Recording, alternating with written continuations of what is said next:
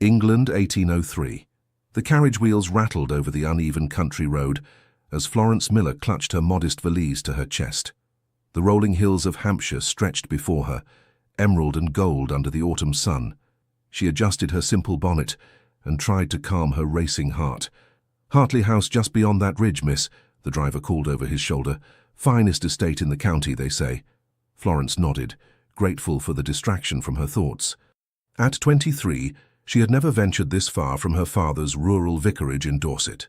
But with his recent passing and the new vicar's arrival with his own large family, she had found herself without a home and with precious little means. The carriage crested the hill and Florence's breath caught in her throat.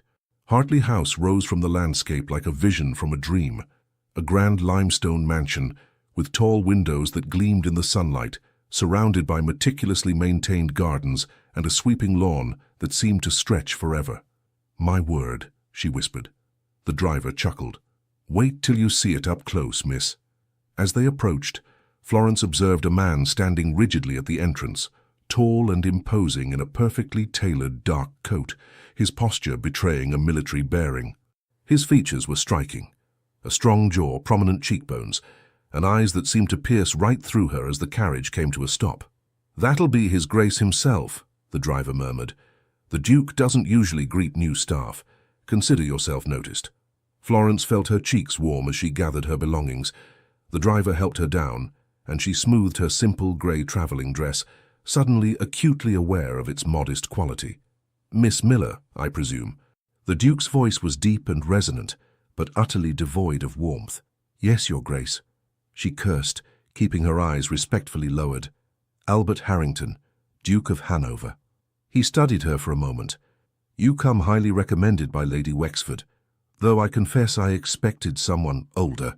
Florence met his gaze steadily. "I assure you, Your Grace, what I lack in years, I make up for in dedication.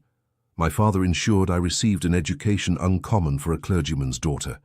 Something flickered in the Duke's eyes, surprise perhaps, before his expression returned to its customary severity. "Indeed. Well, Mrs. Chambers, the housekeeper, will show you to your quarters and acquaint you with the children's schedule." He turned to leave, then paused. "Dinner is at 7. The children dine at 6. I expect punctuality and diligence, Miss Miller." "Of course, Your Grace." As he strode away, Florence released the breath she hadn't realized she'd been holding. A plump, kindly-looking woman in a dark dress and crisp white apron approached, offering a sympathetic smile. "Don't mind His Grace's manner, dear.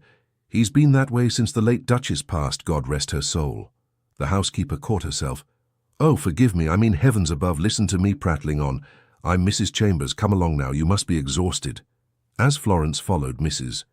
Chambers into the grand entrance hall, she was struck by both the opulence and the stillness of the house.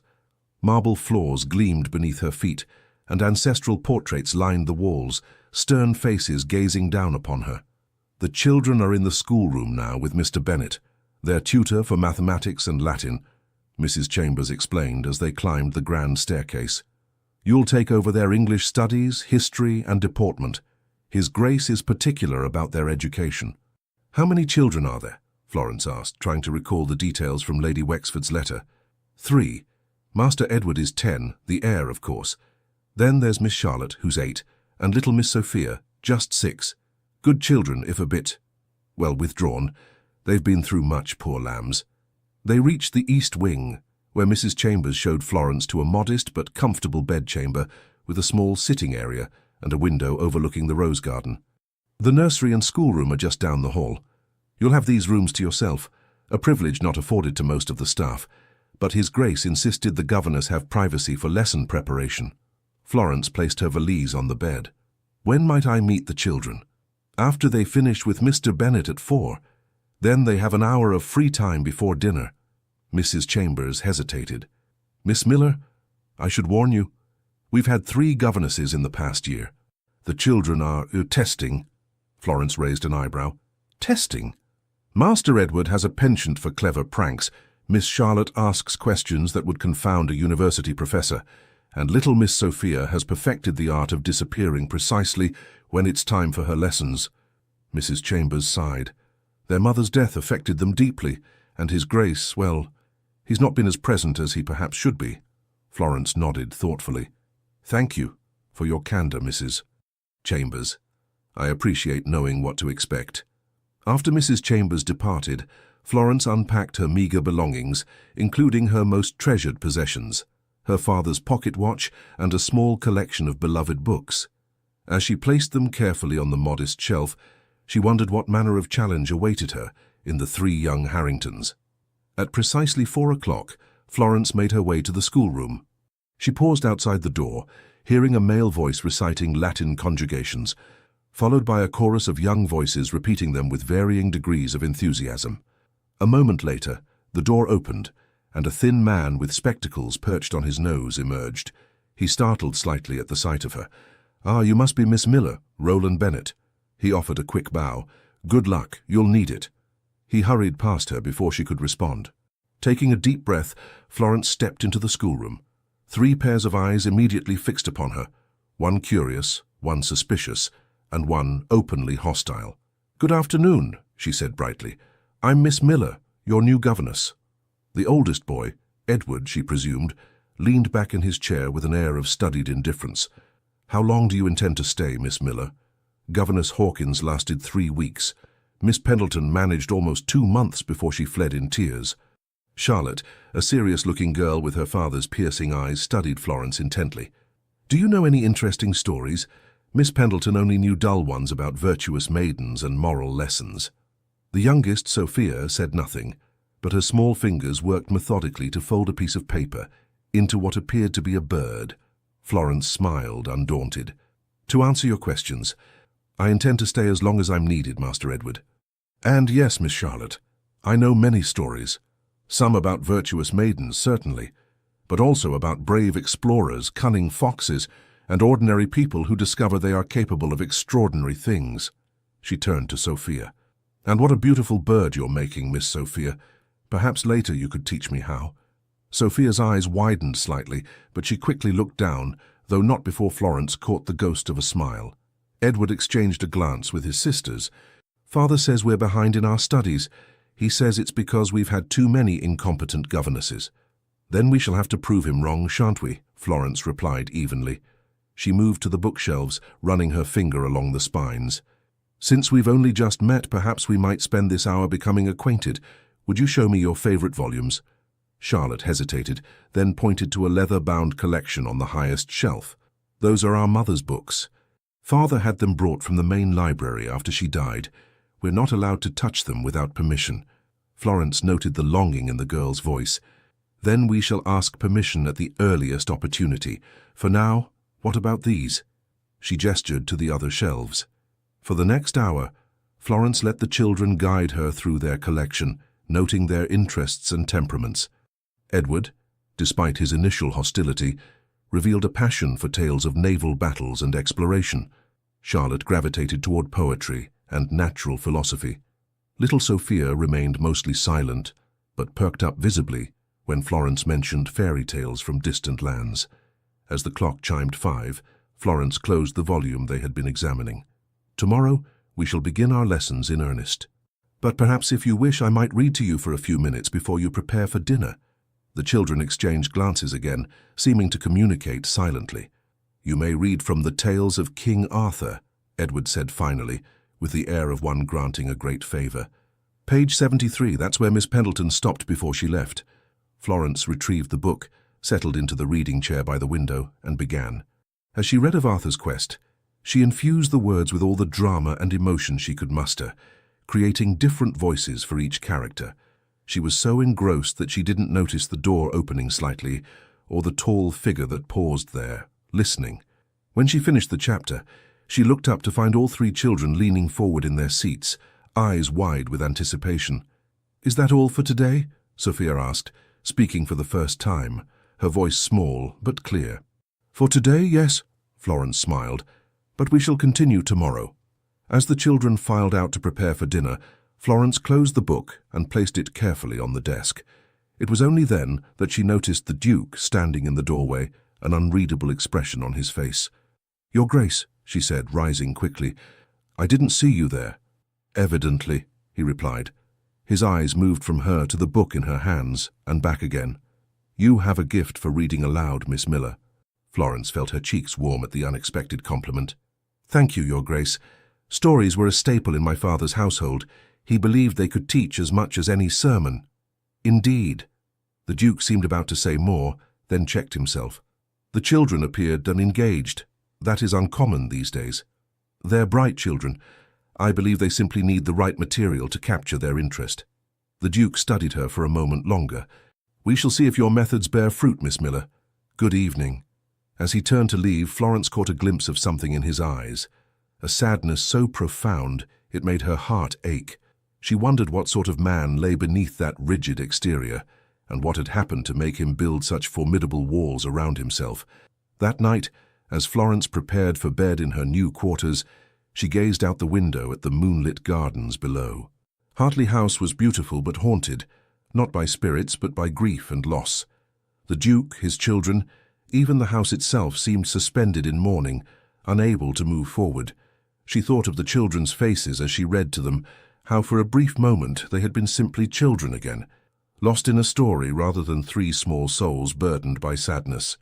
Perhaps, she thought, that was where she should begin, not with Latin verbs or geography lessons, but with stories that might kindle a spark in their eyes and, in time, help heal their wounded hearts. Florence had no illusions about her position. She was a governess, a servant, regardless of the private rooms and the Duke's unexpected compliment. Yet as she extinguished her candle and slipped between the cool sheets, she could not help but feel that something significant had begun that day at Hartley House, something that extended beyond grammar lessons and multiplication tables. She fell asleep with the image of the Duke's haunted eyes in her mind and the strange, unbidden thought that perhaps he needed stories as much as his children did. The weeks passed, and autumn deepened across the Hampshire countryside. The manicured grounds of Hartley House transformed into a canvas of amber, crimson and gold. Inside, Florence found herself settling into a rhythm with her young charges, who, while still occasionally testing her patience, had begun to respond to her methods. Each morning began with traditional lessons, grammar, composition and history for Edward, similar subjects but modified for Charlotte, and basic reading and writing for little Sophia. The afternoons were devoted to what Florence called living education. Nature walks through the estate's walled gardens, sketching expeditions to the ancient oak grove at the property's edge, or dramatic readings in the orangery, where exotic plants from distant colonies thrived under glass. It was during one such afternoon, nearly a month after her arrival, that Florence encountered the Duke unexpectedly. She and the children had retreated to the orangery as a light rain pattered against the glass roof. The children sat on cushions arranged on the stone floor, while Florence, perched on a wrought-iron garden chair, read from a volume of poetry. "She walks in beauty like the night," Florence read, her voice soft in the humid air of the conservatory. "Of cloudless climes and starry skies, and all that's best of dark and bright, meet in her aspect and her eyes," a deep voice completed from the doorway. Florence looked up with a start to find the Duke standing there, watching them. The children scrambled to their feet, and Florence rose quickly, cursing, "Your Grace, I didn't hear you approach."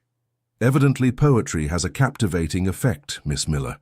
There was no censure in his tone, merely observation. "Lord Byron, if I'm not mistaken." "Yes, Your Grace." Florence was surprised by his recognition of the verse. The Duke moved further into the orangery, examining a flowering plant with apparent interest. "And how do you find your pupils progressing, Miss Miller? It has been nearly a month." "Very well, Your Grace. Master Edward has shown marked improvement in his composition. Miss Charlotte has a natural aptitude for natural philosophy that we've been cultivating, and Miss Sophia—" She glanced at the youngest child with a smile. "Miss Sophia has read an entire primer by herself this week." The Duke looked at his youngest daughter with an expression that, for him, constituted astonishment. "Is this true, Sophia?" The little girl nodded, her eyes wide. "Miss Miller says I read as well as girls twice my age, Father." "Indeed?" The Duke's gaze returned to Florence. "That is most impressive, Miss Miller. My compliments. The credit belongs to your daughter, Your Grace. She has worked very diligently." A silence fell, broken only by the soft patter of rain on glass. Then the Duke cleared his throat. I've been corresponding with Lady Worthington about the children's progress. She has invited them, and their governess, to her annual autumn gathering at Willow Creek Manor. A small affair, mostly educational in nature. There will be a noted naturalist presenting his collection, and several musical performances. He paused. I thought it might complement your living education approach. Florence's surprise must have shown on her face, for the Duke added, Unless you find the prospect disagreeable, Miss Miller. Not at all, Your Grace. I think it would be wonderful for the children. She hesitated, then ventured, Will you be attending as well? Something flickered in his eyes. Discomfort, perhaps. I had not planned to. Estate matters require my attention. Of course, Florence nodded, ignoring the inexplicable twinge of disappointment she felt. However, he continued almost reluctantly, perhaps I could make arrangements to join you for the naturalist's presentation. Edward has shown interest in such matters. The boy looked up at his father with poorly concealed delight. Have you, father? I've been reading about exotic beetles in the book Miss Miller found in the library. The Duke regarded his son with surprise, as though seeing him anew. Have you indeed? Then I shall certainly make the effort to attend. He turned to Florence. The gathering is 3 days hence. Mrs. Chambers will see that you and the children are properly outfitted. With that, he nodded curtly and departed, leaving Florence to wonder at the small step forward they had just witnessed, both in the Duke's relationship with his children and perhaps in his opinion of her. The day of Lady Worthington's gathering dawned clear and crisp. The children were beside themselves with excitement. It was their first social outing since their mother's death 2 years prior. Even Mrs. Chambers seemed cheerful as she helped the children into their finest clothes. His Grace has instructed the carriage be brought round at 10, she informed Florence, as she adjusted the collar on Edward's jacket. And he's arranged for new gloves and bonnets for the young ladies. Florence herself had been provided with a new dress for the occasion, a modest but elegant gown of deep burgundy wool, with a matching Spencer jacket and bonnet. It was the finest garment she had ever worn, and she felt both grateful and uncomfortable as she smoothed the fabric. There you are, miss, Mrs. Chambers said approvingly as she stepped back to examine Florence. Quite proper for a governess accompanying the Duke's children, respectable without drawing undue attention. Florence wasn't entirely sure whether to be flattered or not by this assessment, but she thanked the housekeeper nonetheless. The journey to Willow Creek Manor took just over an hour, during which the children peppered Florence with questions about what to expect. Edward was particularly concerned about making a good impression on the naturalist, while Charlotte wondered if there might be other children her age to converse with. Sophia merely clutched her new kid leather gloves with undisguised glee. Willow Creek Manor proved to be a handsome Tudor mansion with modern additions, set amidst sweeping lawns that sloped down to a gently flowing stream lined with its namesake willows. A surprising number of carriages were already parked in the circular drive when they arrived. I thought Lady Worthington said this was to be a small gathering, Florence murmured, as she helped Sophia down from the carriage.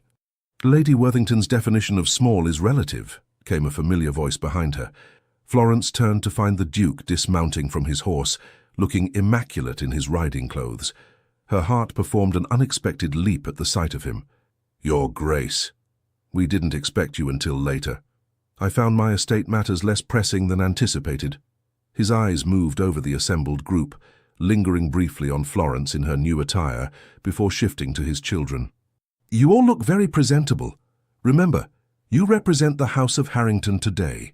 The children straightened their postures immediately, though Florence caught the glimmer of a smile on Charlotte's face as she took her father's proffered arm. Shall we proceed, Miss Miller? The Duke extended his other arm to Florence, who hesitated, acutely aware of the impropriety of a governess taking the arm of her employer. I should remain with Sophia and Edward, Your Grace, she demurred. A flicker of something, disappointment, crossed his face before he nodded. Of course, how thoughtless of me.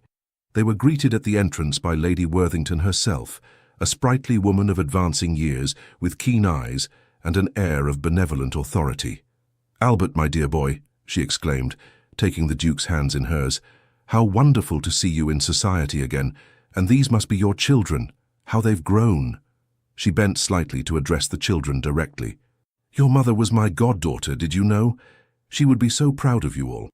Charlotte's eyes widened at this direct reference to her mother, while Edward merely nodded solemnly. Sophia, suddenly shy, pressed against Florence's skirts. Lady Worthington straightened and turned her attention to Florence. "And you must be Miss Miller. I've heard much about your innovative approaches to education." Her eyes twinkled. "Albert writes that you've accomplished more in a month than his previous governesses managed in a year combined." Florence felt her cheeks warm at this unexpected praise and glanced at the Duke, who was suddenly very interested in removing his riding gloves. "Your ladyship is too kind. The children are naturally bright and eager to learn. Modesty as well as competence. How refreshing." Lady Worthington laughed. "Come along, all of you. The naturalist, Mr. Finchley, has set up his displays in the West Salon, and there are several young people near Charlotte's age in the music room." The gathering was indeed larger than Florence had anticipated, with perhaps 30 guests in total. Most were from the local gentry, though there were a few titled visitors from London who had extended their country stays into the autumn. Florence guided the children through the various activities with quiet authority, ensuring they were both entertained and educated. Edward was enraptured by Mr. Finchley's collection of beetles from the West Indies, while Charlotte discovered a kindred spirit in Lady Worthington's granddaughter, a serious girl of 9 who shared her interest in botany. Sophia, after initial shyness, was coaxed into joining a small group of children learning country dances in the music room.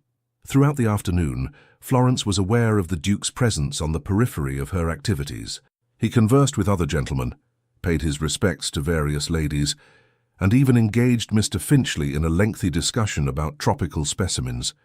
Yet whenever she looked up, she found his gaze drifting toward her and the children, a thoughtful expression on his face. During a musical interlude, Florence found herself momentarily alone, the children having been drawn into a group game in the adjacent room. She stood by a window overlooking the gardens, listening to a young lady playing the pianoforte with admirable skill. "You seem to have worked magic with my children, Miss Miller." She turned to find the Duke beside her, his voice low to avoid disturbing the music. "Not magic, Your Grace, merely patience and genuine interest in their minds and hearts." He was silent for a moment, watching the performance.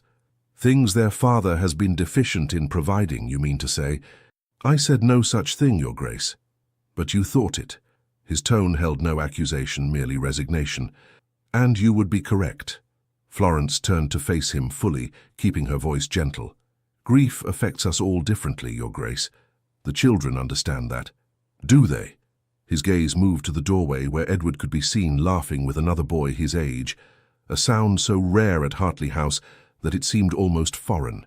"I've been so consumed with my own pain that I've failed to help them navigate theirs." The raw honesty in his voice moved her deeply. "It's never too late to begin, Your Grace." His eyes returned to hers, and in them she saw vulnerability beneath the customary reserve. "Is that what you've shown them with your stories and poetry, Miss Miller? How to begin again?" "Perhaps." She smiled softly. "Stories have a way of helping us make sense of our own narratives, of showing us possibilities we might not otherwise imagine." For a long moment he held her gaze, and Florence felt something shift between them, a recognition, an understanding that transcended their respective positions. The music ended, breaking the spell. The Duke straightened, his expression returning to its usual composed state. "We should join the others for the luncheon," he said. "Lady Worthington will have us seated soon." As they moved together toward the dining room, Florence was acutely conscious of his presence beside her, not touching, but close enough that she could feel the warmth radiating from him. It was improper, perhaps, for a governess to walk alongside her employer rather than several paces behind, but the Duke seemed unconcerned with this breach of protocol. At luncheon, Florence expected to be seated at the far end of the table with the children and other staff. To her surprise, Lady Worthington had placed her near the middle of the table, between Mr. Finchley and a local clergyman, while the children were seated with their young companions further down. The Duke, naturally, was at Lady Worthington's right hand at the head of the table. As the meal progressed, Florence found herself drawn into a lively discussion about education with Mr. Finchley and several other guests. Her views on incorporating practical experience and nature study into traditional learning were met with interest and approval. "You sound more like a progressive headmistress than a governess, Miss Miller," commented a gentleman across the table with a smile. Miss Miller has a unique perspective that has proven invaluable to my children's development, the Duke interjected from further up the table, his voice carrying just enough to be heard by those nearby. She has accomplished more in weeks than others have in months. Florence felt her cheeks warm at this public praise, particularly when she noticed several ladies exchanging significant glances. One leaned to whisper behind her fan to another, eyes darting between Florence and the Duke. The remainder of the afternoon passed pleasantly, though Florence was now uncomfortably aware of curious eyes following her interactions with the Duke. When he joined her and the children to observe a demonstration of prismatic light effects by Mr. Finchley, she was careful to maintain a proper distance and address him with scrupulous formality. As they prepared to depart late in the afternoon, Lady Worthington drew Florence aside while the Duke was occupied with final farewells. "My dear Miss Miller," the elderly woman said, patting Florence's hand, "I am delighted to see the positive effect you've had on Albert's children. And on Albert himself, if I may be so bold." "I'm not sure I understand your meaning, my lady," Florence replied carefully. Lady Worthington's eyes twinkled. "Don't you? This is the first time in 2 years I've seen him engage with society willingly. The first time I've seen him truly look at his children. And the way he looks at you, my dear." She paused, then seemed to reconsider her words. "Well, suffice it to say, you've brought a spark back to Hartley House that has been sorely missed." Before Florence could formulate a response, the Duke approached and Lady Worthington smoothly shifted to expressing her delight at their attendance. The journey home was filled with the children's excited chatter about their experiences. Even Edward, usually so reserved, was animated as he described the exotic specimens he had seen. The Duke rode alongside the carriage, occasionally leaning toward the window to comment on their observations or answer their questions. As Hartley House came into view, bathed in the golden light of the setting sun, Florence felt a curious mixture of emotions. The day had been a success. The children had flourished in the social setting, and the Duke had engaged with them more naturally than she had yet witnessed. Yet she was troubled by Lady Worthington's insinuations and the whispers she had noticed at luncheon. She was, after all, merely a governess, a position that, while respectable, placed her in an awkward middle ground between family and servant. Any attention from the Duke beyond professional regard could only lead to difficulty, both for her reputation and for her position within the household. As they descended from the carriage, the Duke dismounted and handed his reins to a waiting groom. "Children, go with Mrs. Chambers and prepare for dinner. I wish to speak with Miss Miller for a moment." Florence's heart quickened as the children obediently followed the housekeeper inside, leaving her alone with the Duke in the fading light. "I wanted to thank you, Miss Miller," he said, his voice low. "Today was significant for my family. For the first time since their mother's passing, I saw my children truly engaged with the world again. They merely needed the opportunity, Your Grace, and perhaps your presence alongside them meant more than you know." He studied her face in the golden evening light. "You have a gift for seeing beneath surfaces, Miss Miller. It is disconcerting at times. I apologize if I've overstepped." "No," he interrupted gently. "It is not an accusation, but an observation. Few people speak to me with such candor these days. It is refreshing."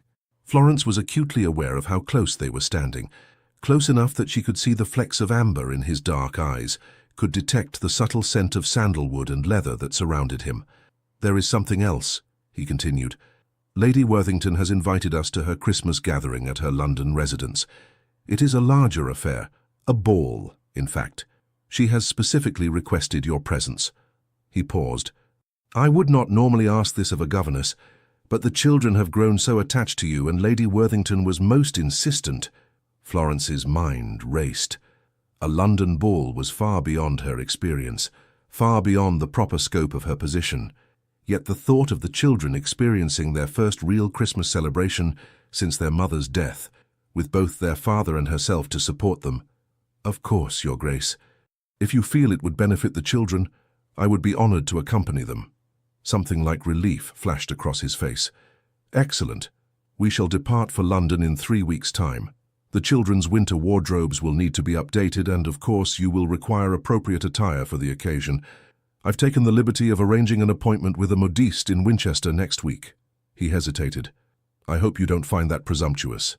"It is most generous, Your Grace," she managed, though her mind was reeling at the implications. He nodded, seeming suddenly uncomfortable with his own generosity. "Well then, good evening, Miss Miller." "Good evening, Your Grace." As Florence watched him stride into the house, she couldn't help but wonder what currents were pulling them forward and where they might lead. The rational part of her mind warned of danger, of whispers and ruined reputations, of the vast gulf between a duke and a clergyman's daughter employed as a governess.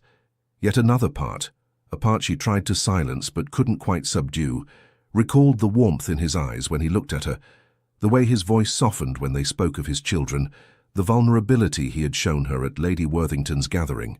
That night, as she prepared for bed, Florence stood at her window and gazed out at the moonlit gardens. Autumn was fading. Soon winter would arrive, bringing with it a journey to London and a ball that might change everything. For better or worse, she could not say. But as she extinguished her candle and slipped beneath the covers, she found herself, for the first time in many years, daring to hope. London, December 1803. Snow fell in gentle flurries beyond the frost-laced windows of the Hanover family's London residence, a handsome townhouse in Grosvenor Square that had remained shuttered since the Duchess's death. Now, however, it hummed with activity as servants aired out rooms. Deliveries arrived from various merchants, and 3 excited children explored their rediscovered urban domain. Florence stood in the children's schoolroom on the 3rd floor, unpacking educational materials she had brought from Hampshire. The London house, though smaller than Hartley House, was no less impressive, with its elegant furnishings and valuable artworks. The schoolroom itself was bright and airy, with large windows overlooking the square below. "Miss Miller," Sophia burst into the room, her cheeks flushed with excitement. "Mrs. Chambers says we may go to Gunter's tea shop tomorrow for ices, even though it's winter. And Father says there might be a puppet show in the park if the weather improves." Florence smiled at the child's enthusiasm. "That sounds wonderful, Miss Sophia. But remember what we discussed about knocking before entering a room?" Sophia's expression turned contrite. "I forgot. I'm sorry, Miss Miller." "That's quite all right. Now why don't you help me arrange these books on the shelf? I believe your brother and sister are with Mrs. Chambers, selecting their attire for Lady Worthington's ball." The little girl's eyes widened. "Oh, I should be there too. Charlotte says I may wear ribbons in my hair." She turned and darted out, remembering at the last moment to close the door properly behind her. Florence chuckled, returning to her task. The children's transformation over the past weeks had been remarkable. Edward had begun to show natural leadership qualities rather than mere defiance. Charlotte's intellectual curiosity had blossomed, and little Sophia had emerged from her shell to reveal a spirited, affectionate nature. The Duke, too, had changed. Since the gathering at Willow Creek Manor, he had taken a more active interest in his children's education and well-being. He dined with them more frequently, joined them for occasional outings, and even requested that Florence provide weekly reports on their progress directly to him rather than through Mr. Porter, his secretary. These meetings had become something Florence both anticipated and dreaded, moments of connection that sometimes stretched beyond professional discourse into more personal territory. He had begun to ask her opinion on matters beyond education, had shared memories of his late wife's passion for music, had even, on occasion, revealed glimpses of his own childhood.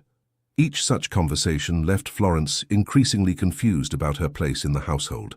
She was still a governess, yet the Duke treated her more as a trusted advisor, perhaps even a friend. The staff had noticed, of course. Mrs.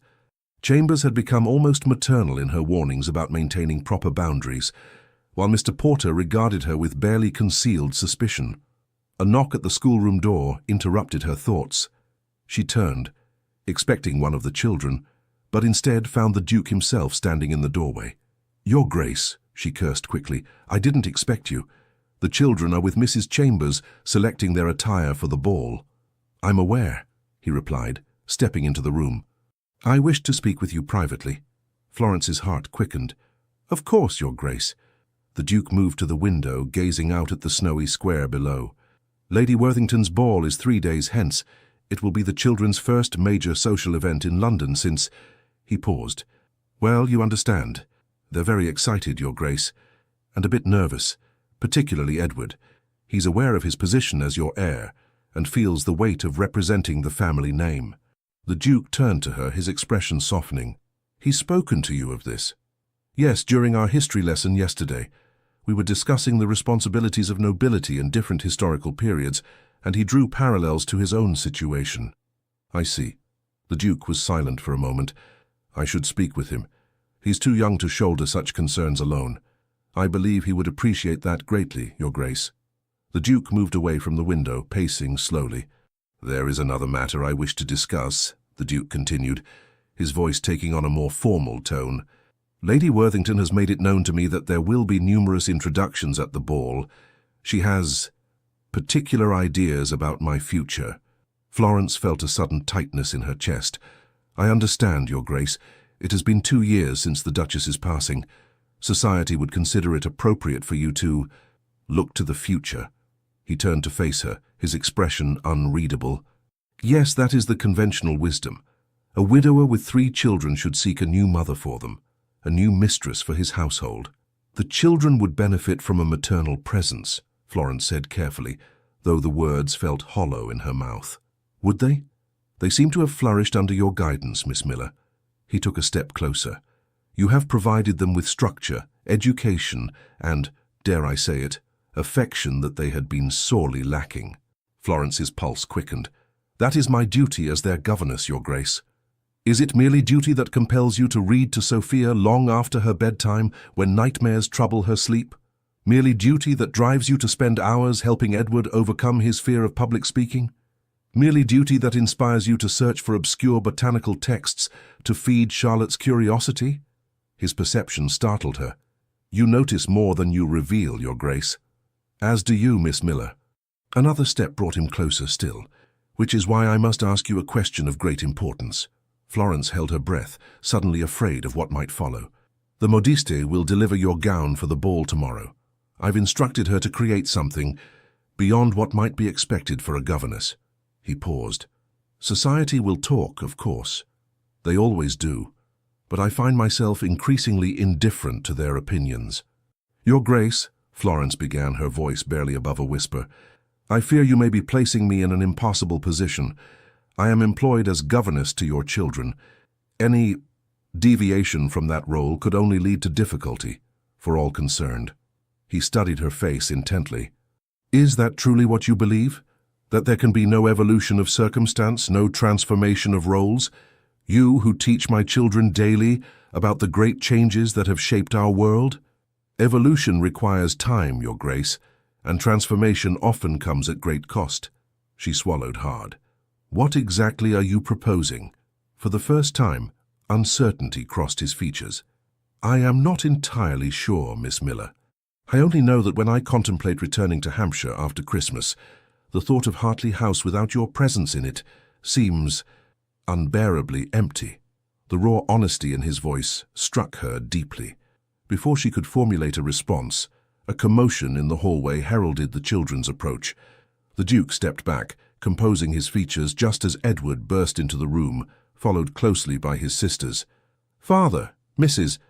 Chambers says I'm to have a new tailcoat for the ball, like a proper gentleman, the boy exclaimed, then caught himself, remembering his manners. I mean to say, I am most grateful for your generosity, Father.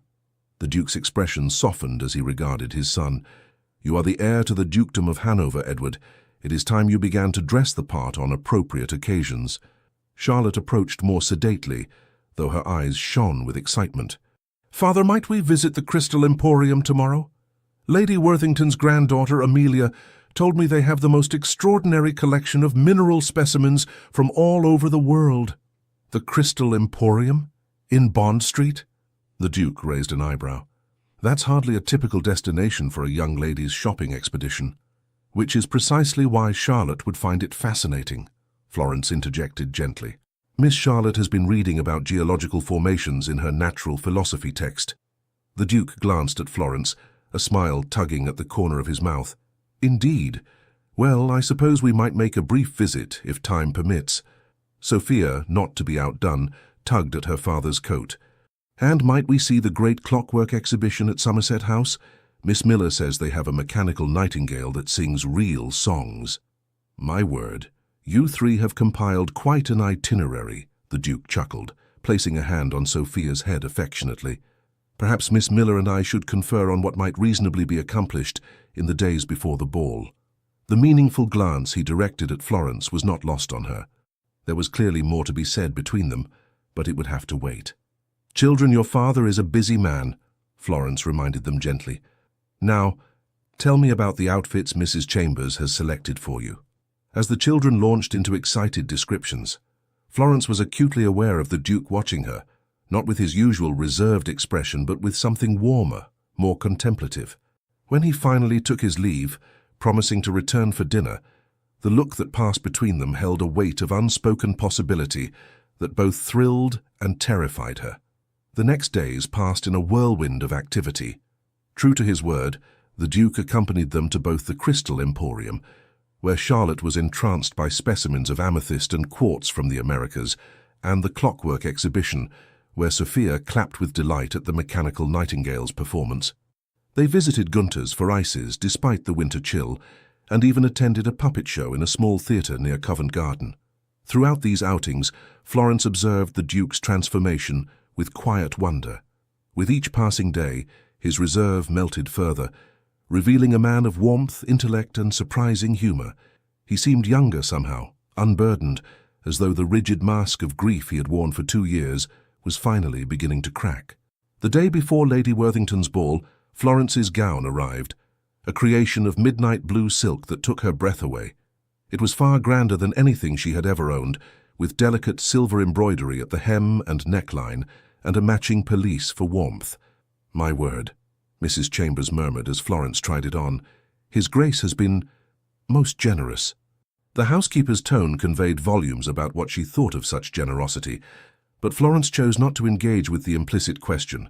The gown was indeed beyond what would be appropriate for a governess attending merely in a professional capacity. That much was clear. What was less clear was what it signified about the Duke's intentions. That evening, after the children were abed, Florence found herself restless. The household had retired early in preparation for the next day's festivities, but sleep eluded her. She wrapped herself in a warm shawl and made her way quietly downstairs, thinking to borrow a book from the library to settle her mind. The library door was ajar, a soft glow of lamplight spilling into the hallway. Florence hesitated, then gently pushed it open to find the Duke seated by the fire, a book open on his lap, a glass of brandy on the table beside him. "Your Grace," she said softly, "I apologize for the intrusion. I didn't realize you were still awake." He looked up, surprise giving way to pleasure at the sight of her. "Miss Miller, no apology necessary. I found myself unable to sleep and sought distraction in Wordsworth." He gestured to the book. "Please join me if you wish, or I can leave you to your solitude if you prefer. I wouldn't wish to disturb your reading, Your Grace." "You disturb nothing but my solitude, which is a welcome interruption." He indicated the chair opposite his. "Please." Florence hesitated, then moved to take the seat he offered. The library was warm and intimate, the crackling fire casting dancing shadows across the book-lined walls. For a moment, they sat in comfortable silence. "I wanted to thank you," she said finally, "for the gown. It's exquisite, far more than I could have imagined." "It suits you," he replied simply. "Blue was always my favorite color. My late wife preferred pastels, pinks and yellows that complemented her fair coloring. But there is something about the depth of blue that I find compelling." Florence felt her cheeks warm at the implied compliment. "Still, it is far grander than what would be expected for someone in my position." "Ah," he set aside his book, regarding her thoughtfully. "And therein lies the crux of our unfinished conversation, does it not? Your position." "Yes, Your Grace." He leaned forward slightly, his expression earnest. "What if I told you I have been contemplating a change in that position?" Florence's heart seemed to stop momentarily. "What sort of change, Your Grace?" "I have been thinking about the children's education as they grow older. Edward will eventually require tutors specializing in subjects appropriate for a future duke. Charlotte shows such promise in natural philosophy that I would like to engage special instructors for her as well. And Sophia," he smiled softly, "Sophia adores you so completely that I fear separating her from you would break her heart." "You're considering dividing their education among specialized tutors?" Florence asked, trying to make sense of his direction. "Not exactly. He set down his brandy glass. I'm considering creating a new position. Something akin to a director of education for all 3 children. Someone who would oversee the various tutors and ensure a cohesive approach to their learning. Someone who already understands their minds and hearts intimately. Florence's breath caught. You would have me supervise their education rather than provide it directly? Precisely. It would be a position of greater authority and fewer constraints. His eyes held hers meaningfully. It would place you on a different footing within the household. The implication hung between them, unspoken but unmistakable. A higher position would reduce, though not eliminate, the social gap between them. It would grant her more autonomy, more respect from the staff and from society. It would make whatever was growing between them slightly less scandalous. Your Grace, she began carefully, such a position sounds intriguing. But I must ask, is this truly about the children's education, or is it about something else entirely? He held her gaze steadily. Can it not be both, Florence? It was the first time he had used her given name, and the intimacy of it sent a shiver through her. Society would still talk, she said softly. No matter what title you give me, I remain a clergyman's daughter without fortune or connections. The whispers would follow your children. They might face ostracism from families who would otherwise welcome them. Society always talks, he countered. They talked when I withdrew from their circles after Elizabeth died. They talked when I refused the matches they tried to arrange this past year. They will talk tomorrow night when I arrive at Lady Worthington's ball with my children and their unusually well-educated governess. He leaned closer. The question is not whether they will talk, but whether what they talk about is worth having. Florence felt breathless at his words, at the intensity of his gaze. And you believe it would be? Worth having? I believe... He paused, choosing his words carefully. I believe that in the past months you have brought light back into a house that had forgotten what it meant to be truly alive. I believe my children smile more, laugh more, learn more eagerly because of your presence. And I believe that I have found myself looking forward to our conversations, our meetings, even our disagreements, with an anticipation I had thought never to feel again. Florence's heart pounded in her chest. Your Grace, Albert, tomorrow, he said softly. At Lady Worthington's ball, there will be numerous eligible widows and young ladies of good family. Lady Worthington has made no secret of her intention to introduce me to several of them. She means well. She was Elizabeth's godmother and feels responsible for seeing the children provided with a new mother. As they should be, Florence whispered, though the words felt like glass in her throat. Perhaps. He reached across the space between them, his hand hovering near hers on the armrest but not quite touching. But what if the person who has already begun to fill that role in their hearts, and in mine, is already present in our lives? The fire crackled in the hearth, sending shadows dancing across his face. In that moment, he looked younger, vulnerable, the carefully constructed walls of his grief and reserve crumbling before her eyes. Florence knew she stood at a crossroads. The path of duty and propriety led one way, a graceful withdrawal, a reminder of their respective positions, perhaps even a resignation from her post. The other path was uncharted, dangerous, potentially scandalous, but it beckoned with a promise of joy she had never dared imagine for herself.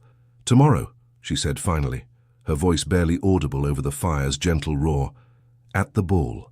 Let us see what tomorrow brings before we make decisions that cannot be unmade. He nodded slowly, understanding the wisdom in her words. Tomorrow, then. He withdrew his hand and stood. It grows late, and we have a significant day ahead. May I escort you to the staircase? Thank you, Your Grace, she replied, deliberately returning to formality.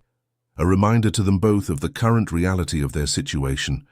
As they walked together through the darkened house, their steps in perfect synchrony, Florence felt a curious mixture of anticipation and trepidation. Tomorrow would indeed bring change, though whether for better or worse remained to be seen. At the foot of the stairs he bowed formally over her hand. Until tomorrow, Miss Miller. Until tomorrow, Your Grace. As she ascended to her chamber, Florence could still feel the warmth of his fingers against hers, a promise of what might be, if courage failed neither of them when morning came.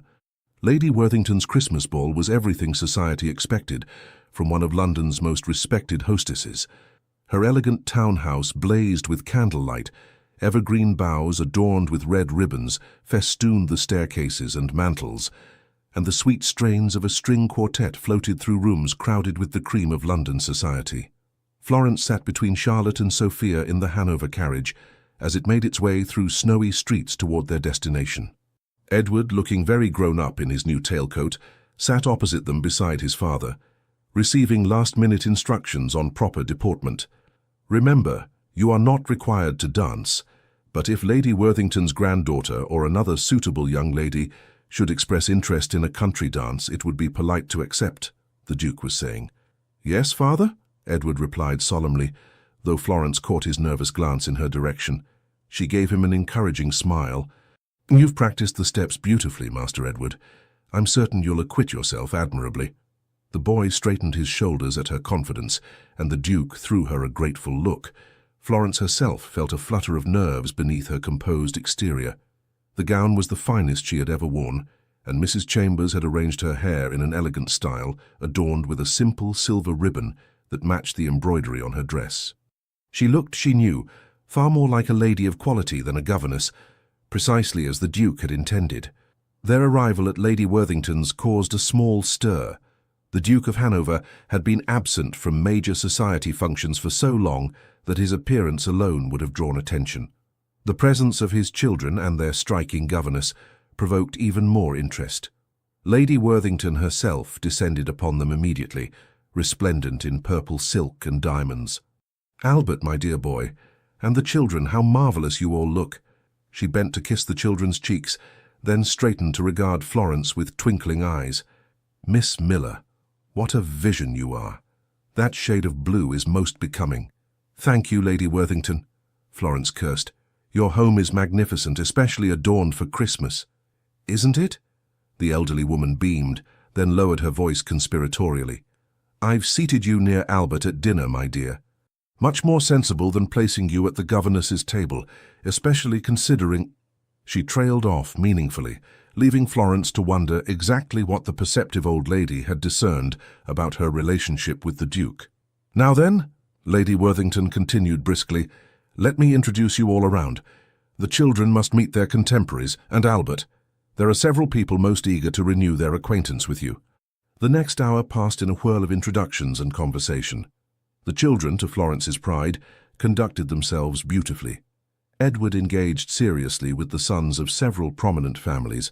Charlotte found kindred spirits among a group of intelligent young ladies in the music room. And little Sophia charmed everyone with her artless questions and observations. The Duke remained close to Florence throughout, introducing her not as my children's governess, but simply as Miss Miller, who oversees my children's education. A subtle distinction that did not go unnoticed by the more observant members of society. Several ladies raised eyebrows at the unusual arrangement, while others studied Florence with undisguised curiosity. Lady Worthington, true to her word, seated Florence beside the Duke at dinner, an arrangement that caused a ripple of whispers around the table. Florence felt the scrutiny keenly, but maintained her composure, speaking when addressed, and otherwise focusing on ensuring the children, seated further down the table, conducted themselves appropriately. "You seem tense," the Duke murmured during a lull in the general conversation. "Are you regretting your decision to attend?" "Not regretting," she replied softly. "Merely aware of the attention we are attracting." His eyes followed hers to where a group of ladies were observing them with poorly concealed interest. "Let them look," he said quietly. "What they see is a man who values intelligence and genuine care for his children above hollow social connections." After dinner came dancing. The children were delighted when the Duke himself led Sophia in a simple country dance, his tall figure bending solicitously to guide her small steps. Edward, emboldened by his father's example, invited Lady Worthington's granddaughter to join the next set, while Charlotte was sought out by a serious young gentleman who shared her interest in natural philosophy.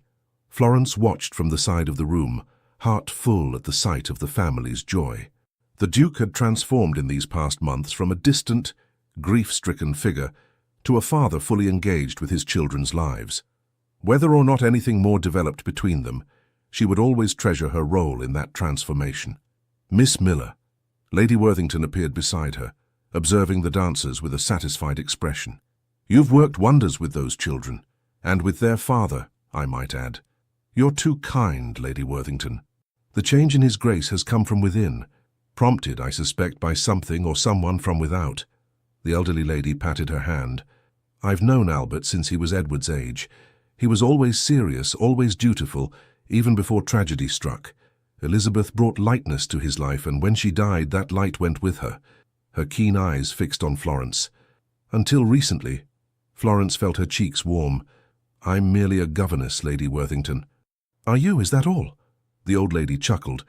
"My dear, I have lived long enough to recognize when a man looks at a woman with more than professional regard, and I have certainly lived long enough to know that happiness, true happiness, is rare enough that one should seize it when it appears, regardless of what society might whisper." Before Florence could respond, the music ended, and the Duke approached them, slightly flushed from dancing with his daughter. "Lady Worthington, you've outdone yourself with this gathering," he said, bowing over the elderly woman's hand. "The children are thoroughly enchanted, as they should be at their first proper Christmas ball." Lady Worthington's eyes twinkled mischievously. "The next dance, I believe, is a waltz, still somewhat scandalous in conservative circles, but becoming quite the fashion." She glanced meaningfully between the Duke and Florence. "I should be most disappointed if my godson did not participate in all the festivities I've arranged." With that, she moved away, leaving them alone at the edge of the dance floor. The Duke turned to Florence, something vulnerable in his expression. "Would you do me the honor, Miss Miller?" Florence hesitated. To dance a waltz with her employer would be to cross a line that could not be uncrossed. It would be a public declaration of something not yet defined between them. "Your Grace?" "Albert, people will talk." "Let them," he said simply, offering his hand. As the first strains of the waltz began, Florence placed her hand in his. He led her onto the floor, where several couples were already taking their positions. She was acutely aware of the curious gazes following them, the whispers behind fans and raised eyebrows of the ton, and then his hand was at her waist, and hers was on his shoulder, and they were moving together in perfect synchrony. The room seemed to fade around them as they turned and glided across the polished floor. He was an excellent dancer, leading with confident grace that made it easy to follow his steps. "You dance beautifully," he murmured, his eyes never leaving hers. "My father believed dancing was an essential accomplishment, even for a clergyman's daughter," she replied, breathless not from the exertion, but from his proximity. "A wise man, your father." His hand tightened slightly at her waist. "Florence, Whatever he had been about to say was interrupted, as they passed close to where the children were watching, wide-eyed with delight at seeing their father and governess waltzing together. Sophia waved excitedly, while Edward and Charlotte exchanged meaningful glances. The Duke smiled at them, then returned his attention to Florence. "They approve, it seems." "They are children," Florence reminded him gently. "They see only the fairy tale, not the complications. Perhaps we adults see too many complications and not enough fairy tales." His voice was low, intimate. "Last night you said we should wait until tonight to make decisions. Well, the night is here. The question remains." Florence took a deep breath. "What exactly is the question, Albert?" "Whether you will consider a future at Hartley House, not as a governess, but as its mistress, as my wife." The words, spoken at last, hung between them as they continued to move in time to the music. Florence's mind raced. It was more than she had allowed herself to imagine, more than she had dared to hope. "Society would never accept it," she whispered. "A duke married to his children's governess. The scandal would follow your children throughout their lives." "Society," he countered, "has short memories when it comes to scandals. In time, they would adjust. Lady Worthington already supports us, and her influence is considerable. Others would follow her lead."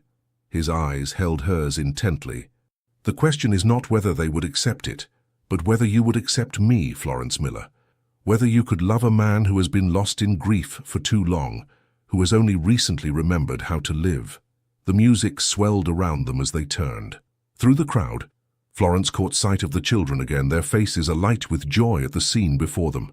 In that moment she knew her answer, had perhaps known it for weeks, months even, as she watched this family heal under her care, as she felt her own heart opening to possibilities she had never before considered.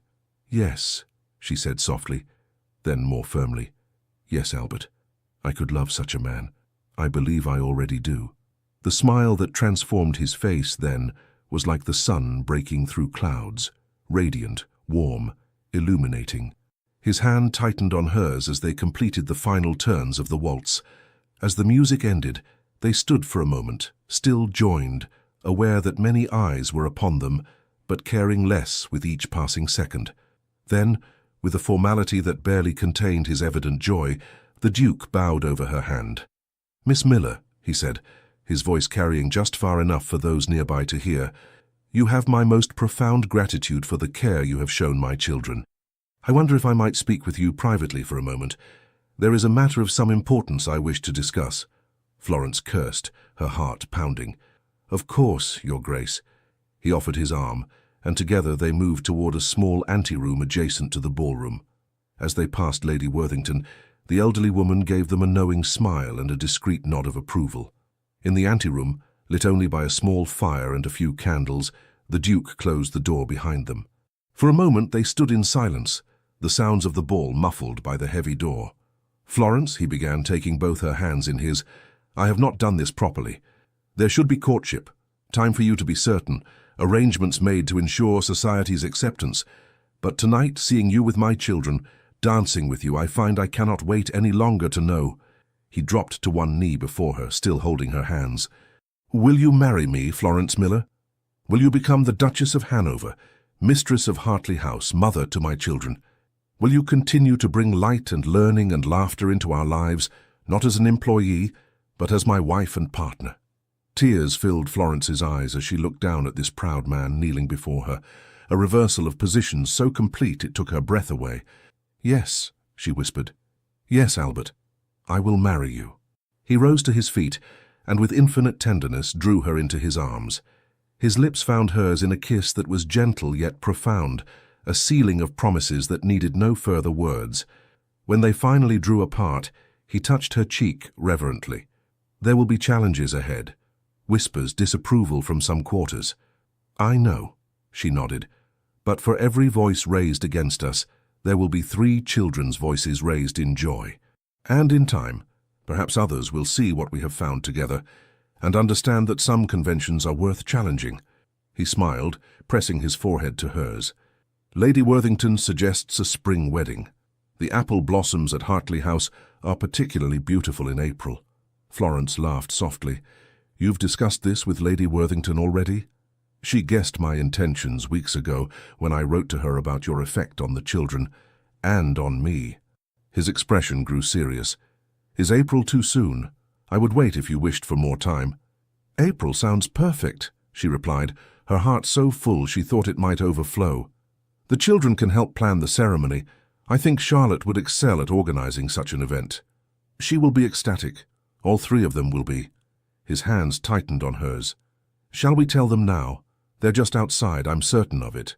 Edward has been watching me like a hawk all evening, and I caught him conferring with Lady Worthington earlier." As if on cue, a soft giggle sounded from the other side of the door, followed by a hushing sound. Florence smiled. "Yes, let's tell them now. Their approval means everything to me." The Duke moved to the door and opened it to reveal, as expected, all 3 children attempting to appear as though they had just happened to be passing by. Lady Worthington stood a discreet distance behind them, her expression innocently bland. "Children," the Duke said gravely, though his eyes danced with poorly suppressed joy, "Miss Miller and I have an announcement. We would like your opinion on a matter of great importance to our family." Edward straightened, attempting to look mature and serious. "What is it, Father?" The Duke drew Florence forward to stand beside him, his hand warm and steady around hers. "I have asked Miss Miller to become my wife, to become your mother. She has done me the great honor of accepting. But before we announce this to others, we wish to know your feelings on the matter." For a moment, the children stood frozen in apparent shock, despite their obvious eavesdropping. Then Sophia broke the silence with a squeal of delight and flung herself forward, wrapping her arms around Florence's waist. "I knew it. I knew it. Charlotte said you might marry Father and become our mother, but Edward said it wasn't proper because you're our governess. but I told him that didn't matter because you tell the best stories and make Father smile again and know exactly how to make my nightmares go away." Charlotte approached more sedately, though her eyes shone. "I think it's wonderful," she said simply. "You've made us feel like a real family again." All eyes turned to Edward, who stood straight-backed, his expression serious beyond his years. He looked from his father to Florence and back again, then spoke with careful deliberation. "Mother would have approved," he said quietly. "She always said that learning and love were the most important things in life. Miss Miller, Florence, has taught us both." The Duke's hand tightened around Florence's as emotion threatened to overwhelm them both. "Thank you, Edward," he said, his voice rough. "That means more than you can know." Lady Worthington stepped forward, beaming. "Well, that settles it. Now shall we return to the ball and make this official? I've taken the liberty of having champagne prepared for a toast." As they moved together toward the ballroom, Florence felt a curious sense of completeness. The path ahead would not be without obstacles. Society would indeed talk. Adjustments would be required of all of them, and the transition from governess to duchess would be no small challenge. Yet she had no doubt that they would face these challenges together, as a family united by something far stronger than convention or expectation. She thought of the first day she had arrived at Hartley House, of the grief-stricken Duke and his withdrawn children, of the sadness that had pervaded every corner of that grand estate. Now, as they prepared to announce their engagement to London society, she saw only joy in the faces around her, joy and the promise of a future bright with possibility. The Duke leaned close as they paused at the entrance to the ballroom. "Ready, my love," he whispered. Florence smiled up at the man who had, against all odds and expectations, found his way into her heart. "Ready," she replied, squeezing his hand, "for everything that comes next." Spring arrived at Hartley House in a riot of colour and fragrance. Apple blossoms drifted like snow across the lawns, daffodils nodded their golden heads along the garden paths, and birdsong filled the air from dawn till dusk. It was as if nature itself celebrated the transformation that had taken place within the grand estate's walls.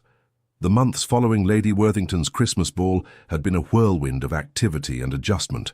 Society had indeed talked, sometimes cruelly, about the Duke of Hanover's decision to marry his children's governess. Yet Lady Worthington's unwavering support, combined with the evident happiness of the Duke and his children, had gradually turned the tide of opinion.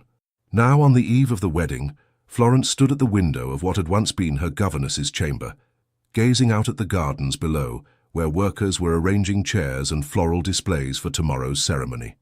"A penny for your thoughts, my dear," came a familiar voice from the doorway. Florence turned to find Lady Worthington regarding her with affectionate eyes. The elderly woman had arrived 3 days prior to assist with final preparations and had become an invaluable ally in navigating the complexities of Florence's new position. "Just marveling at how much has changed in so short a time," Florence replied, gesturing for her mentor to join her. "This time last year I was preparing to leave my father's vicarage, uncertain of my future, and now you are about to become the Duchess of Hanover." Lady Worthington patted her hand. "A transformation worthy of one of those novels you're so fond of reading to the children," Florence smiled. "It does seem rather like a fairy tale at times, but with far more substance," the older woman noted shrewdly. "Fairy tales rarely acknowledge the challenges that come after happily ever after. You and Albert have faced yours with admirable grace." It was true. The transition had not been entirely smooth. Some members of society still regarded their match with disapproval. Certain staff members had struggled to adjust to Florence's changing status. Even the children, though delighted by the development, had experienced moments of confusion about how to relate to their former governess in her new role. Yet, through it all, Albert had remained steadfast in his support, presenting a united front with Florence and making it clear that his decision was final and his happiness complete. "I've had excellent guidance," Florence acknowledged, squeezing Lady Worthington's hand. "Your support has meant everything, especially in those first difficult weeks in London." The elderly woman chuckled. "Society has a short memory for scandal when faced with genuine happiness, my dear. Besides, you've proven yourself more than equal to the challenge. The Chatsworth dinner party last month was managed with such elegance that even Lady Harrington was impressed. And that woman is notoriously difficult to please." A knock at the door interrupted their conversation. It was Mrs. Chambers, her initial reservations about the match long since replaced by genuine affection and respect.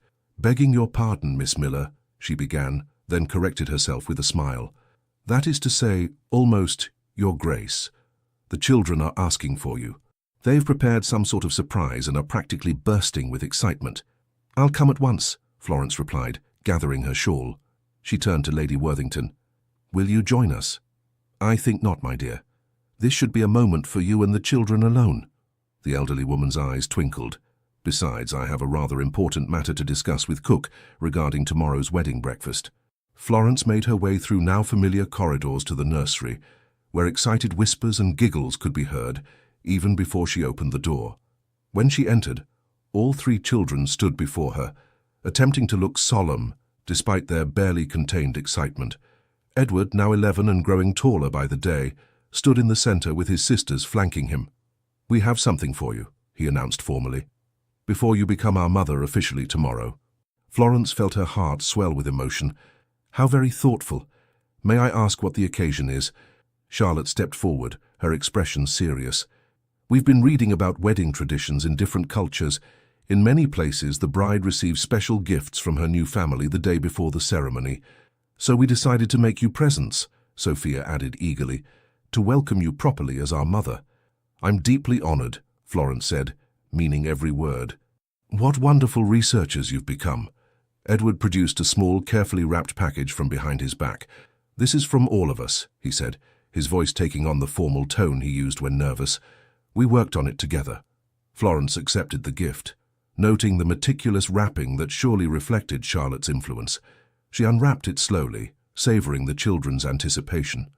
Inside was a hand-bound book, its cover decorated with pressed flowers and elegant calligraphy that read, "Our Family's Story."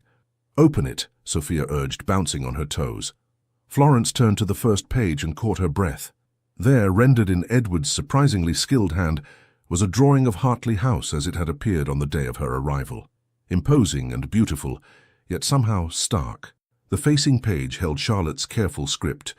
"Once upon a time, there stood a grand house where sadness had made its home. A duke and his 3 children lived within its walls, but laughter had forgotten the way to their door." Florence turned the page to find another illustration, this one showing her arrival in the carriage.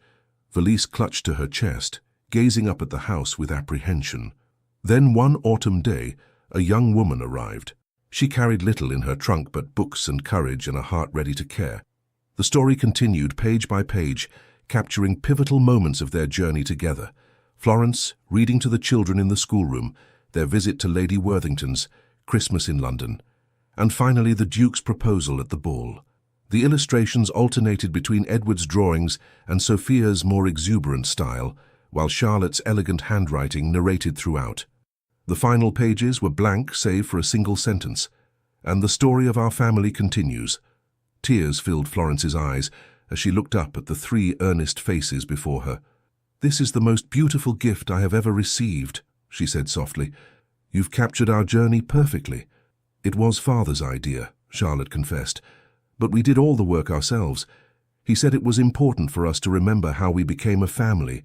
And there's space at the end," Sophia added importantly, "for all the new chapters of our story." Florence opened her arms, and all 3 children came to her for an embrace. As she held them close, she marveled at the transformation in these young lives. Edward, once so defensive and guarded, now stood tall and responsible, taking his role as eldest seriously, but with newfound warmth. Charlotte's keen intelligence had blossomed alongside a growing confidence in her own observations.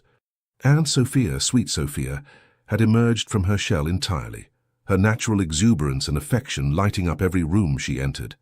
"I shall treasure this always," Florence promised, carefully closing the book, "and we shall fill those blank pages together, with all the adventures that lie ahead." A soft knock at the door drew their attention. Albert stood in the doorway, observing the scene with evident pleasure. "I see the secret project has been revealed at last," he said, entering the room. "I hope it meets with your approval, Florence." "It is perfect," she replied, holding his gaze. "Absolutely perfect." He smiled, the expression transforming his once severe features. These past months had altered him profoundly. Grief still visited occasionally, as was right and proper, but it no longer defined him. Laughter came more easily, and the rigid formality that had once characterized his interactions had softened, particularly with his children. "I'm glad," he said simply, then turned to the children. "Now, I believe Lady Worthington mentioned something about final fittings for tomorrow's attire. Mrs. Chambers is waiting for you in the East Wing." The children filed out obediently, though not before Sophia darted back to give Florence one more exuberant hug. When they were alone, Albert crossed to where Florence stood, taking her hands in his. "Nervous about tomorrow?" he asked gently. She smiled up at him. "Not about marrying you. Perhaps a little about becoming a duchess in front of half the county." "You'll outshine them all," he assured her, bringing her hand to his lips. "But that isn't why I sought you out. There's something I wish to show you before the chaos of tomorrow descends upon us." Intrigued, Florence allowed him to lead her through the house and out into the gardens. They walked together along familiar paths that wound past formal parterres and spring blooms until they reached a part of the grounds Florence had never visited, a small secluded garden enclosed by high yew hedges, with a wrought-iron gate standing slightly ajar. "Elizabeth's garden," Albert explained quietly as they paused before the entrance. "She designed it herself in the first years of our marriage. After she died, I couldn't bear to come here. The gardeners maintained it, but otherwise it has remained untouched." Florence squeezed his hand in silent understanding. "Are you sure you wish to enter now?" He nodded, his expression reflective but calm. "It seems right somehow, to acknowledge the past before we step into our future." They passed through the gate together. Inside, the small garden was a haven of tranquility. A circular lawn was surrounded by beds of roses just beginning to bud, with a stone bench positioned to catch the afternoon sun. A small fountain murmured at the center, its gentle splashing the only sound apart from distant birdsong. "It's beautiful," Florence said softly. "So peaceful." "She loved it here," Albert replied, leading her to the bench. "She would bring the children when they were very small. Edward might remember, but the girls were too young." He paused, gazing at the fountain. "I wanted you to see it before tomorrow, to know that I honor what came before, even as I embrace what lies ahead." Florence leaned against his shoulder, understanding the profound gift he was giving her in this moment. Not just access to this private space, but acknowledgement of the complex emotions that came with building a new life in the shadow of loss. "Thank you," she said simply, "for trusting me with this, with your heart, with your children." He turned to face her, taking both her hands in his. "Florence Miller, you entered our lives when we were fractured and lost. You brought wisdom and warmth and unexpected joy. Tomorrow, before God and our community, I will pledge myself to you formally. But know that my heart has been yours since that winter evening when I heard you reading to my children and remembered for the first time in years what it meant to hope for something beyond mere survival." Tears welled in Florence's eyes at the raw honesty in his voice. "And I pledge myself to you, Albert Harrington, to your heart, your family, your legacy, not as a replacement for what was lost, but as a continuation of love's story in this house." He drew her gently into his arms, his kiss a tender promise of all that lay ahead. When they finally parted, the late afternoon sun was casting long shadows across the garden. "We should return," he murmured. "Lady Worthington will be scandalized if she catches us stealing moments alone on the eve of our wedding." Florence laughed, rising from the bench. "I rather think she would approve. She's surprisingly progressive for a woman of her generation." "True enough," Albert agreed, offering his arm, "though even her progressive nature has limits. Come, my love, tomorrow awaits." The wedding day dawned clear and perfect, with spring sunshine illuminating the estate, as if nature itself approved of the union about to take place. Florence stood before the mirror in what had once been the Duchess's dressing room, now freshly appointed for its new mistress, as Lady Worthington supervised the final arrangements of her veil. Her wedding gown was a masterpiece of elegant simplicity.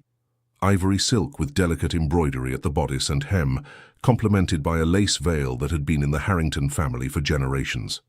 Around her neck hung a single strand of pearls. Albert's gift, presented that morning with a note that had brought tears to her eyes, "For the woman who brought light back to our lives." "There," Lady Worthington pronounced, stepping back to survey her handiwork. "Absolute perfection. Albert won't be able to take his eyes off you, though that's hardly a novel occurrence these days." Florence smiled, touching the pearls at her throat. "I can scarcely believe this is happening. That in an hour's time I shall be—" "The Duchess of Hanover," Lady Worthington completed, "and a most worthy one at that." The elderly woman's eyes grew serious. "My dear, I knew Elizabeth well. She was a wonderful woman, kind, intelligent, devoted to her family. She would approve of you, of this union. I want you to know that." Emotion welled in Florence's throat. "Thank you," she whispered. "That means more than I can express." A soft knock heralded the arrival of Charlotte and Sophia. Resplendent in matching gowns of pale blue silk, flowers woven into their carefully arranged hair. "Oh," Sophia gasped, eyes wide. "You look like an angel, Mother." The word, used for the first time, hung in the air between them, its significance not lost on anyone present. Florence knelt, heedless of her gown, and opened her arms to the little girl. "Thank you, my darling," she said softly. "And you both look absolutely beautiful." Charlotte approached more sedately, though her eyes shone with similar emotion.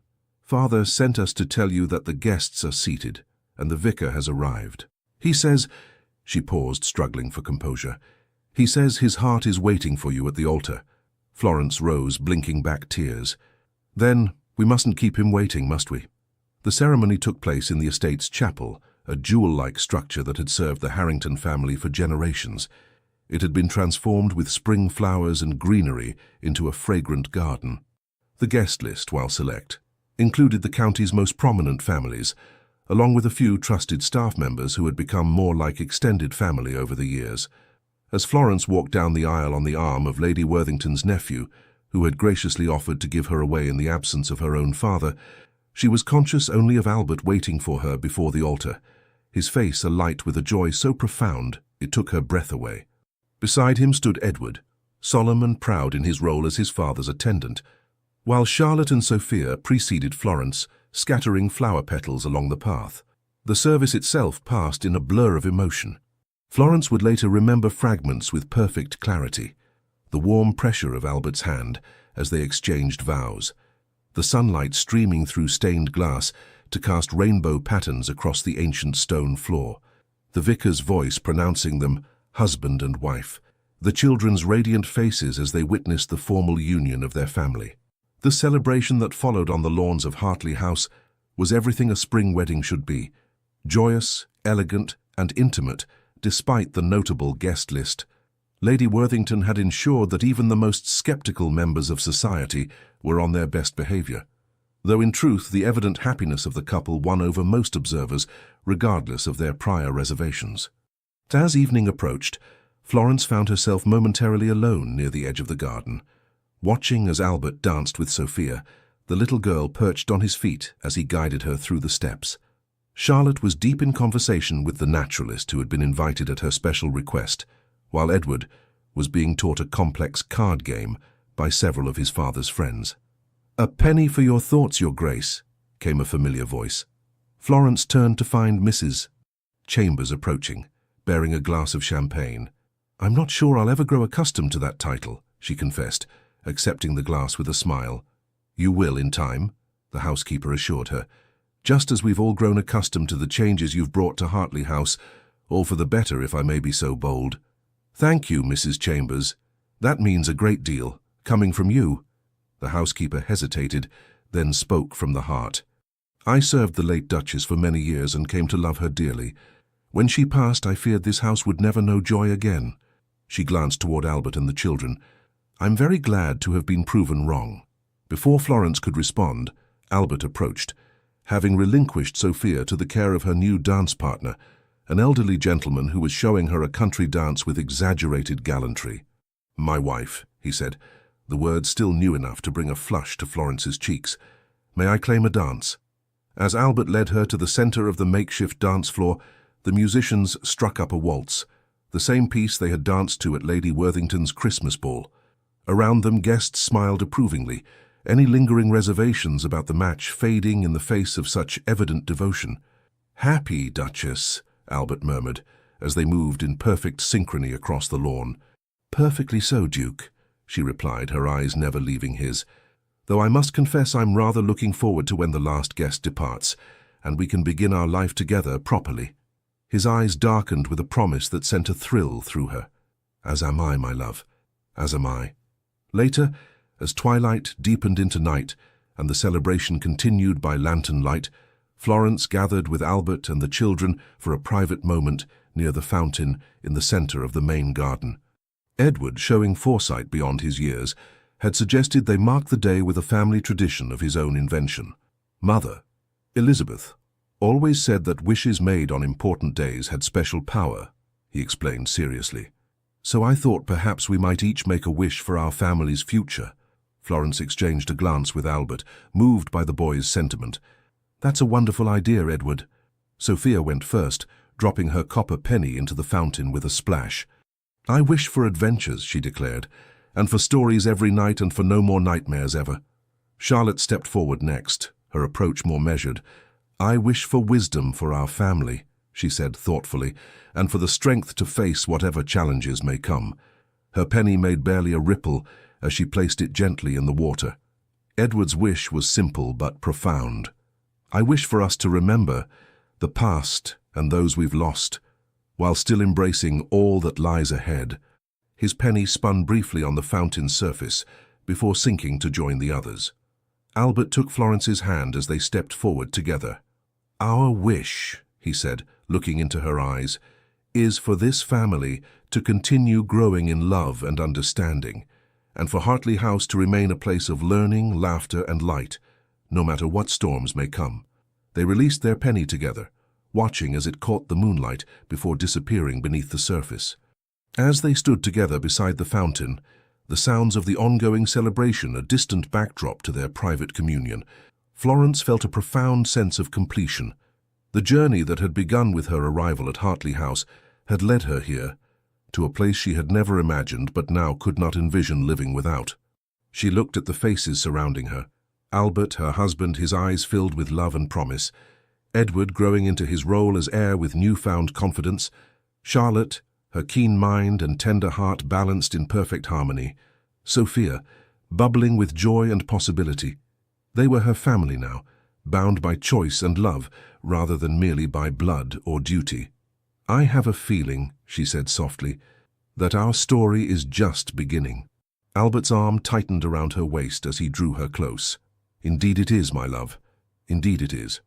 The full moon rose over Hartley House, illuminating the celebration below, a family united, a house restored, a future bright with promise. And as Florence leaned into her husband's embrace, surrounded by the children who had captured her heart, she knew that whatever challenges lay ahead, they would face them together, with courage, with wisdom, and above all, with love. For in the end, that was what had transformed them all. Not duty or convention or society's expectations, but the simple, profound power of a heart willing to care, to teach, to heal, and ultimately, to love. The end. Dear listener, when night falls and the house grows quiet, isn't that when memories visit most vividly? Like you, our Duke Albert carried his past in silent moments until someone dared to light a candle in that darkness. At 60+ years of walking this earth, you've weathered storms that would have broken lesser souls. You've rebuilt after losses, celebrated triumphs others couldn't understand, and kept faith when reason suggested otherwise. This isn't empty flattery, it's the mathematics of survival.